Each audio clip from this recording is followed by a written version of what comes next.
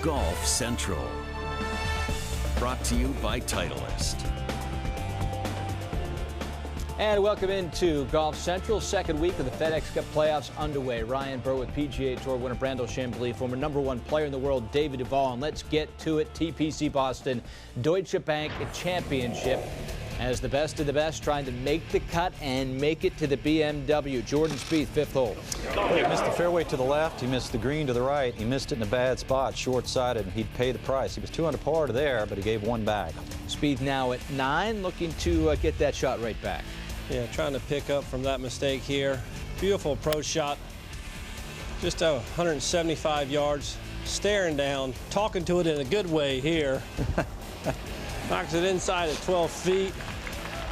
Beautiful look up the hill. Going to be swinging from his right to his left. Putting for birdie.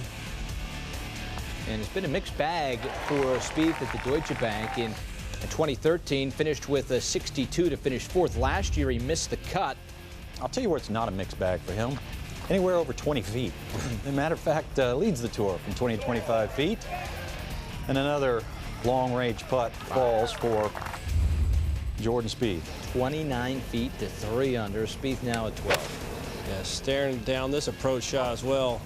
Down the hill, over the hazard, yelling at it, but leaving it in a great spot just below the hole. Would make that birdie, going to 4 under par. And now at 15. And it is rare. One of the best players in the world missed from 3 feet. Jordan Spieth has had 489 of those this year.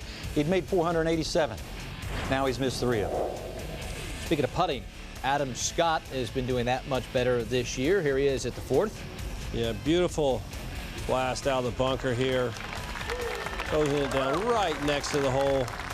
Moving Adam to 3 under par on his round. Won back-to-back in Florida, way back in the start of the season, but the ball striking always seems to be there. Well, as Peter Jacobsen pointed out, the scoring conditions were just ideal. Soft greens, no winds. You put a player like that in the middle of the fairway with the right number, and it's a game of darts. Tony Finau, one of the longest hitters, finds himself with a chance for eagle. Yeah, putting it up the slope here, through the fringe, down the hill. Come on, Randall, that looks like you. Yeah, right. Thank you. I appreciate that. That thing bobbed and weaved. How it went in, we'll never know. He finished at 4 under par. This is James Hahn, also at the drivable par 4. Yeah, I was wondering, he hit every single fairway today. If he had driven the green on the drivable par 4, would that have counted as a missed fairway? It would count. I'll have to dig that up. Yeah, but come on, nonetheless, I should know that, but I don't. But nonetheless, I know that was a birdie. Ryan Moore catching fire at the right time. Could Ryan Moore be a Davis Love captain's pick? Oh, I think without question, especially the way his golf game is rounding into form right now. Beautiful approach here on 17. That looked like you. I can make that one. So we take a look at the numbers after day 1. Remember, this is a Labor Day Monday finish on NBC at the Deutsche Bank Championship. Ryan Moore, James Hahn, both with beautiful 65s. Casey, Gomez, Stewart, and Vegas all in at 5 under. Then there is Jordan Spieth, who missed the cut in each of the first 2 FedEx Cup playoffs since last year. Looking to change that around and on his way to doing just that. And you look at how he has fared this year with the top 10 last week compared to the missed cut, and off to a good start here. And guys, I'm not sure anyone has aged as much as Jordan Spieth. Just when you take the full 2016, it feels like it's been about 5 years for Jordan Spieth, from what happened in the Masters to, you know, missing the or pulling out of the Olympics to taking forever to hit a shot to, well, now we're back at the FedEx Cup playoffs where he was and won last year. So let's start with this. Where is Jordan Spieth right now? Well, I think as an example of just how fragile everybody's psyche can be in the game of golf. When it comes to youthful accomplishments, there are a few that are his equal in the history of the game. But when it comes to playing well, when you're not particularly playing well, I'm sure there are very few that are his equal. Again, if you were watching him today, just again at the 16th hole, it wasn't an ideal day from a ball striking standpoint, but you can just, you don't even actually have to watch the golf ball, and you know that he is not happy with the way things are going. But again, they say you're only as good as your miss. Well, this one managed to find the green, and he would manage a successful 2-putt.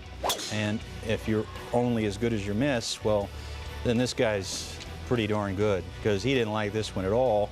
And it was smack dab in the middle of the fairway. And again, on a day when he was less than perfect tee to green, he managed to shoot 68. On a year when I would say that he was probably very upset with his golf, he's won twice and had 7 top 10s, David. Well, he has had a good year. It just hasn't been 2015. And see, that's the thing, we've talked about it earlier in the year. If you fall into the trap, and if he falls into the trap of thinking 2015 is going to be the norm, well then there's going to be a big problem. And I go back to the Sunday, really, because all through 2015, through the end of 14, through 2015, through that first 11 holes at Augusta on Sunday, he was steamrolling the world of professional golf.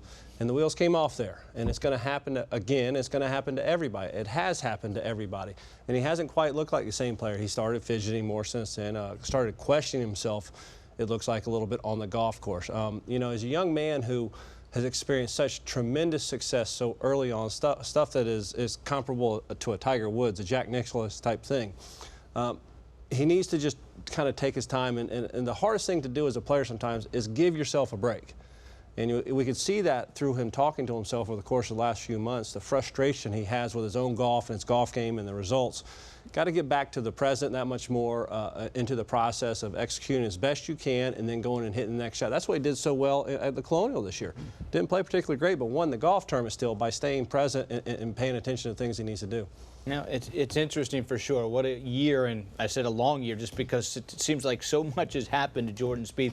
Be fun to watch him the rest of the FedEx Cup playoffs. Let's get back to the highlights where 1, 2, and 3 in the FedEx Cup standings are all together. That would include the #1 player in the world, Mr. Jason Day.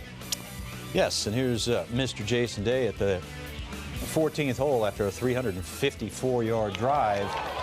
Just a tap in. At that point, he was 1 over on his round, and that got him back to even. Only 2 players have won back-to-back on the PGA Tour this year. Adam Scott, who we mentioned, and Jason Day. Patrick Reed looking to become the 3rd. Well, I, for one, would not be surprised if Patrick Reed does that. He's that type of player. He has that kind of killer instinct out there on the golf course, and he comes in this week with a lot of confidence, a lot of momentum. Beautiful shot there leading to an eagle.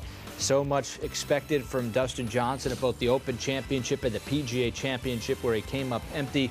Maybe it's the FedEx Cup playoffs where we once again see DJ come to form.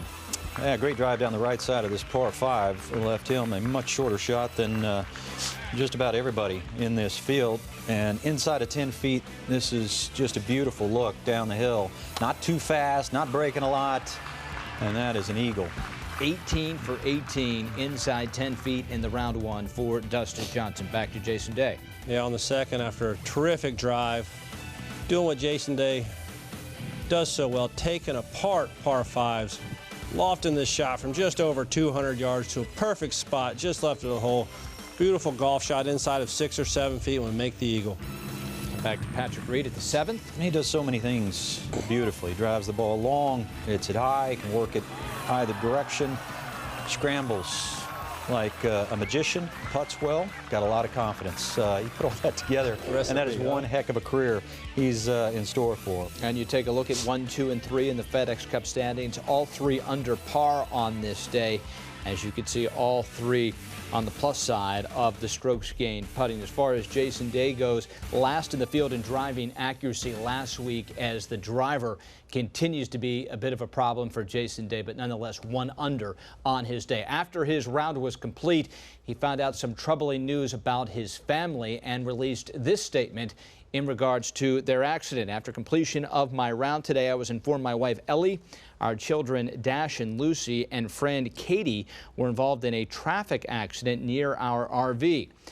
Their car was hit by a bus, and Ellie was taken to the hospital for precautionary measures. Thankfully, everyone is now resting comfortably, and Ellie has been released. They will all be monitored in the coming days. We want to thank the emergency services and hospital personnel for their assistance. So good news there, everyone is okay. Still to come, Phil Mickelson. As usual, plenty of highlights and a few lowlights. Check in with Phil Mickelson and Rory McIlroy. What about the putter? Was it any better in the opening round of the Deutsche Bank? We'll look at Rory McIlroy when we return. Golf Central is brought to you by the new Titleist AP Irons. Geico. 15 minutes could save you 15% or more on car insurance.